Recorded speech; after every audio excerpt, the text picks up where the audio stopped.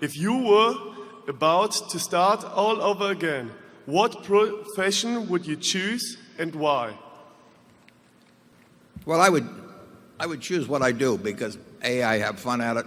I'm reasonably good at it. I meet a lot of interesting people through it. No heavy lifting. It fits me.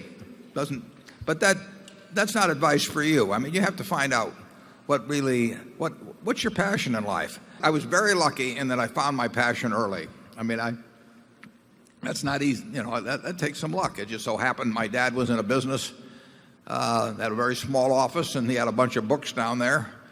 And when I would go down there on Saturday or after school, I would start reading those books, and it turned me on. And this was before Playboy actually existed. And so, that was just plain lucky. If he'd been a minister, I'm not so sure I would have gotten quite as enthused about visiting the office. But that's the way to go. And I can't prescribe that for you.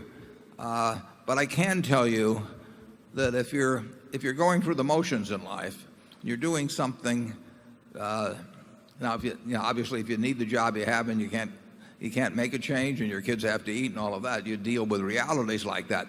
But when you're in a position to make choices, I always tell the kids that come visit me, I tell them, go to work for an organization you admire or an individual you admire.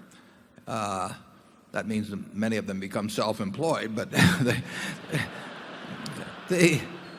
but the idea, you can't get a bad result. I went to work for Ben Graham when I was 24. I only worked for him for less than 2 years, but I jumped out of bed every day in the morning. I was excited about what I was going to do. I was learning things. I was with a man I admired.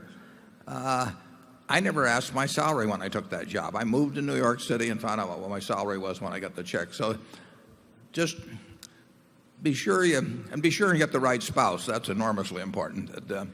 As Charlie says, the problem, is that we talk about that fellow that spent 20 years looking for the perfect woman, and then he found her, and unfortunately she was looking for the perfect man. So you may have a problem in that respect. But it's enormously important who you marry. I mean, it's a huge decision. And if you're lucky in a couple of things like that, you're going to have a happy life.